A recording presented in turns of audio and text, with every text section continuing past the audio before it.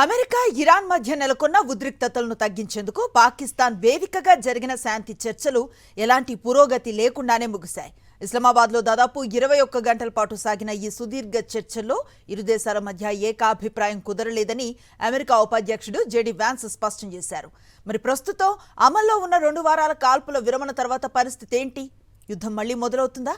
Watch the story.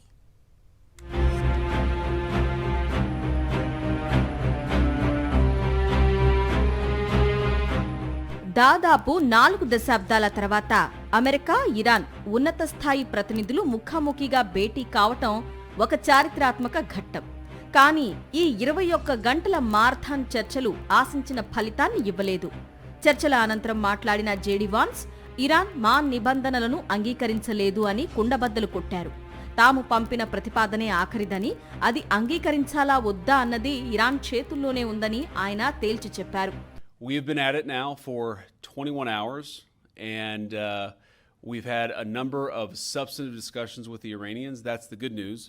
The bad news is that we have not reached an agreement, and I think that's bad news for Iran much more than it's bad news for the United States of America. So we go back to the United States having not come to an agreement. We've made very clear what our red lines are, what things we're willing to accommodate them on, and what things we're not willing to accommodate them on. And we've made that as clear as we possibly could, and they have chosen not to accept our terms. మరోవైపు Iran విదేశాంగ శాఖ ప్రతినిధి ఇస్మాయిల్ భగాయ్ స్పందిస్తూ Hormuz జలసంధి, అణు వివాదం, ఆంక్షల ఎత్తివేత, యుద్ధ నష్టపరిహారం వంటి కీలక అంశాలపై చర్చలు జరిగినట్లు తెలిపారు. ఇరాన్ చట్టబద్ధమైన హక్కులను గౌరవించినప్పుడే చర్చలు సఫలమవుతాయని ఆయన స్పష్టం చేశారు.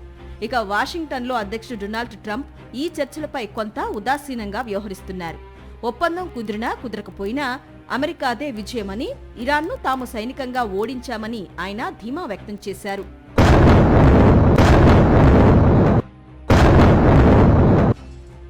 ఇక ఈ శాంతి ప్రక్రియకు ప్రధాన అడ్డంకిగా మారింది ఇజ్రాయెల్ దాడులు. ఒకవైపు 2 వారాల కాల్పుల విరమణ అమల్లో ఉన్నప్పటికీ లెబనాన్లోని హిజ్బుల్లా స్థావరాలపై ఇజ్రాయెల్ తన వైమానిక దాడులను కొనసాగిస్తూనే ఉంది.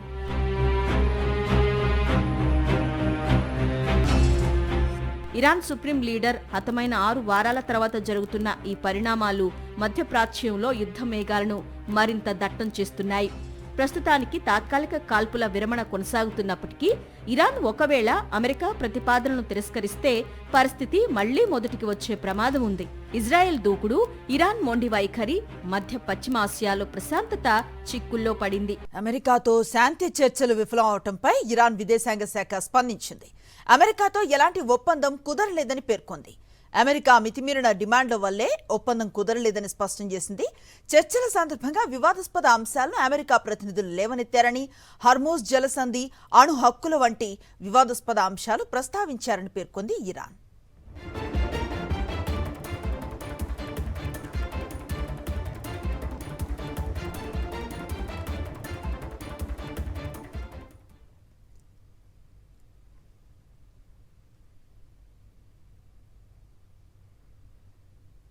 అమెరికాతో శాంతి చర్చలు విఫలం అవడంపై ఇరాన్ విదేశాంగ శాఖ స్పందించింది.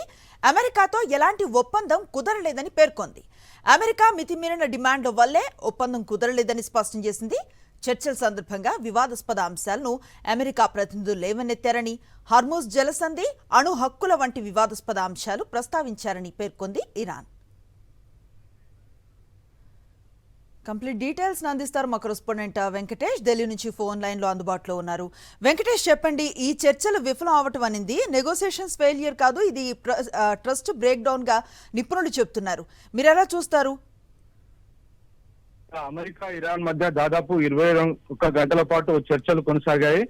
2 దేశాలు మొదటిసారిగా పాకిస్తాన్ వేదికగా చర్చలు జరిపాయి. కానీ ఆ చర్చల ప్రక్రియలో ఫలప్రదం కాలేదు. దాంతో అర్ధంతరంగా ఆయన అమెరికా ఉపాధ్యక్షుడు జేడీ వాన్స్ తిరిగి అమెరికాకు వెళ్లిపోయినటువంటి పరిస్థితి. సో ప్రధానంగా అణ్వస్త్రాల తయారీకి సంబంధించినటువంటి అంశంలో ఇరాన్ నుంచి ఎలాంటి కమిట్మెంట్ రాలేదు. సో దాని కారణంగానే ఈ చర్చల ప్రక్రియ విఫలమైందని పేర్కొంటున్నారు. సో అయితే ఈ చర్చల ప్రక్రియను ఇంకా కొనసాగించాలి, ముందుకు తీసుకెళ్లాలని పాకిస్తాన్ విజ్ఞప్తి చేస్తుంది. సో ఆ నేపథ్యంలో చర్చలు విఫలమైనటువంటి నేపథ్యంలో తిరిగి పరిస్థితి మళ్ళీ మొదటికి వస్తుందా అనేటువంటి ఒక ఆందోళన అయితే ప్రపంచ దేశాల్లో నెలకొంది.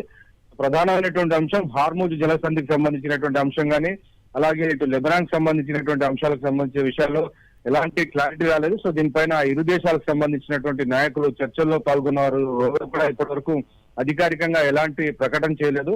అభ్యంతరంగా జేడీ వ్యాన్స్ ఇస్లామాబాద్ నుంచి తిరిగి ఆయన వెనక్కి వెళ్ళిపోయినటువంటి నేపథ్యంలో తర్వాత అమెరికా ఏం చేయబోతుందనేటువంటి ఒక ఉత్కంఠ అయితే ప్రస్తుతానికి నెలకొంది. సో మొత్తానికి ఒక గుడ్ ఫెయిత్ తో సద్భావంతో తాము చర్చలకు వచ్చాము, కానీ ఆ చర్చల్లో ఒప్పందం కుదుర్చుకునేటువంటి ప్రయత్నం జరిగినప్పటికీ ఆ దిశగా ఇరాన్ ఎలాంటి కమిట్మెంట్ ఇవ్వకపోవడంతో ఎలాంటి పురోగతి సాధించలేదని అమెరికా చెప్తుంది. సో అయినప్పటికీ అమెరికా అధ్యక్షుడు డొనాల్డ్ ట్రంప్ మాత్రం ఒప్పందం కుదిరినా కుదరకపోయినా డోంట్ కేర్ అని ఆయన ప్రకటన చేస్తున్నారు.